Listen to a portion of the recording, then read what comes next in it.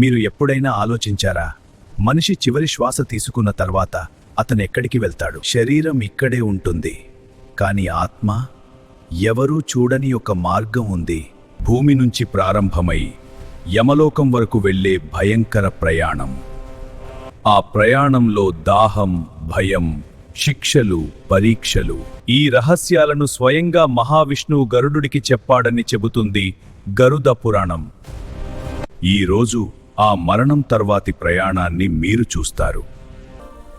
చివరి శ్వాస ముగిసిన క్షణంలో శరీరం నిశ్శబ్దమవుతుంది, కాని ఆత్మ మాత్రం భయంతో తన శరీరాన్ని చూస్తూ ఉంటుంది.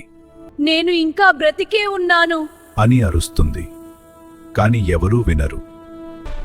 అప్పుడే అక్కడికి వస్తారు యమదూతలు. వారి రూపం భయంకరం. వాళ్ళు పంపబడింది యామ ఆజ్ఞతో.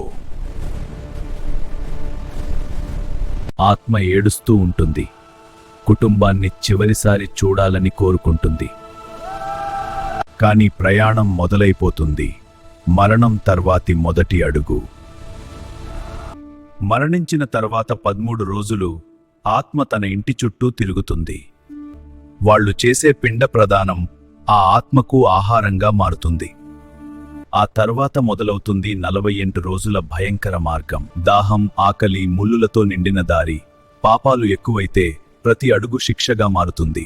ఈ రహస్యాలను స్వయంగా విష్ణు తన వాహనమైన గరుడకు వివరించాడని చెబుతారు. చివరికి ఆత్మ చేరేది యమధర్మరాజు సభలో. జీవితంలో చేసిన ప్రతి పని అక్కడ లెక్కగా ఉంటుంది. ఒక దారి స్వర్గానికి, మరో దారి నరకానికి. మన ఎంపికలు మన గమ్యాన్ని నిర్ణయిస్తాయి.